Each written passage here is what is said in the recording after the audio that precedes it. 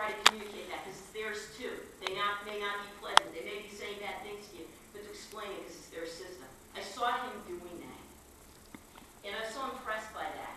Also, at that time, before the Supreme Court of the United States, there was the issue of whether it was constitutional the death penalty as applied to juveniles. Well, I had been reading about the brain studies that were used developmentally, cognition versus the development of the brain and impulsivity. So I was reading about that, and I was hoping kind of that Bill didn't see that. Well, guess what? Bill did see those studies, and Bill was aware of that. So once again, you know, he's working diligently to defend his client. I saw the kindness that he demonstrated to that young man. So that's a constant. I was so impressed by him. In terms of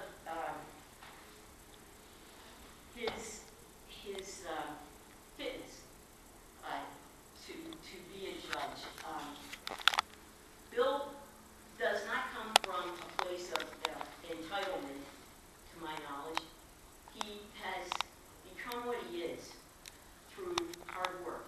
He's a humble person, but he's accomplished an incredible amount in the time that I've known him. And I have every confidence that Bill will give every party who comes before his court respect, and that he will listen to them, and that he will make the best judgment that he is capable of making. He has the intellectual ability, he has the judgment, and he has the courage to issue a sentence that is what he believes is the right thing to do. So I absolutely encourage you to recommend to approve the nomination. Thank you very much. Thank you. Carol, any questions? Next witness, please. Attorney Jeff Brown.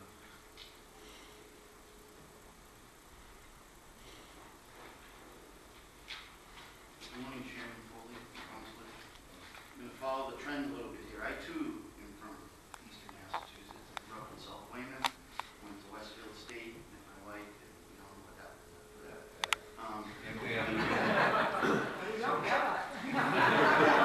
Never came back. I'm an attorney. I presently practice in Camden County. My office is in Agawam, where I live. Throughout what I'm going to talk about, I've always lived in Agawam. However, I went to Western New England College School of Law, and in 1990, I was hired by an elderly solo practitioner named Sebastian McGarry, who practiced in Greenfield. He was somewhat of, probably before I got there, somewhat of a big shot in Greenfield. And basically my job, he was in his late 70s, was to tail him around and help him in whatever way possible, legal research. But mostly I was with him from 9 to 5. And in that capacity, I met Bill Mazanec. At the time, he was a prosecutor in the district courts in Greenfield and Orange. And there was only a few prosecutors at that time assigned to the Greenfield division of the Northwestern District Attorney's Office. So until I became a lawyer or was sworn in December of 1991, I spent a great deal of time seeing Bill, watching him in court, and observing him. And my observations were that he was extremely competent. And I'm embarrassed to say that after I passed the bar, I immediately started to represent people in the district court.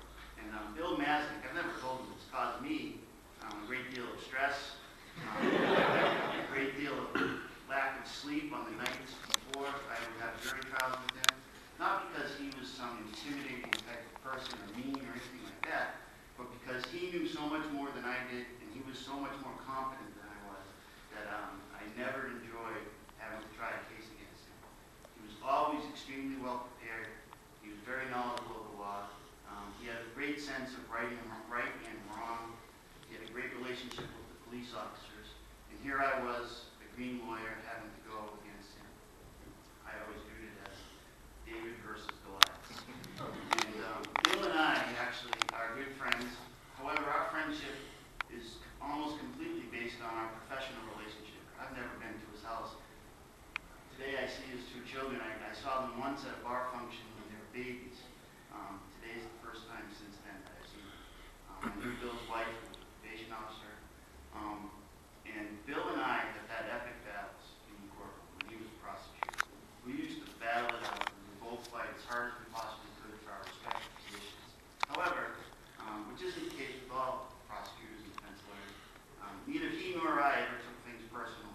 And we might battle it out today in the courtroom, but tomorrow, if we ran into each other at the local diner or what have you, we would have no problem sitting down and speaking about various things, including the cases that we had duked up. So I was a lawyer for a few years before Bill left the district attorney's office. He then became a solo practitioner in Greenfield. And in many respects, our careers had somewhat of a parallel from that point forward. We both were in the district court CPCS panel. We both, somewhere around the same time, became certified for the CPCS Superior Court panel. We tried cases together there. I used Bill as an incredible resource over the years. Whenever I needed advice, I had no problem picking up the phone, calling Bill at his office, and asking him questions. So at some point in time, I was admitted to the CPCS murder list and began accepting appointments in murder cases. And in the very first case that I received, it was a juvenile, it was out of Springfield, it was a shooting. I decided that I needed help, and I had Bill come and help me with that particular case. And as it turned out, that was back when they had transfer hearings. The murder happened when the defendant was 16 years old, wasn't apprehended until he was 18 or 19. So we had to go through a transfer hearing in juvenile court. The defendant was transferred, and ultimately we went to the Superior Court. And on the day of the trial, the case was no pros, dropped, because as we believed, and I think the district attorney ultimately came to believe the defendant was innocent. We had produced a great deal of evidence that someone else had committed the crime. So I've had intimate dealings with Bill on the legal side. He's extremely competent. He's extremely bright. I can say this about Bill: even though he fights extremely hard in the courtroom, I've never seen Bill lose his temper. I've never seen him come out in the hall after a hearing and went to run away and blow up or yell or scream or anything like that. He takes things in stride. He has the ability, which is somewhat unique, to really understand both sides of an issue. Having been a prosecutor, having been a defense attorney, often that discussion would focus on, well, what would he do if he was a prosecutor, so that I could plan for what I should do. And I've used him tremendously, a tremendous amount of time over the years. In fact, I'm sad to see him go if he approves his nomination, because that's one less resource that I will have. After I got on the murder list, Bill also got on the murder list, and we would see each other frequently in court. I moved my practice down to Agawam about 2 years ago, and most of the murders in Western Mass were in Springfield, so we would see each other on a routine basis in the Springfield courts, and we would discuss things. I've had a chance to observe him as a prosecutor. I've seen him try cases as a defense lawyer. He's extremely competent. He's extremely smart. He's of the highest integrity.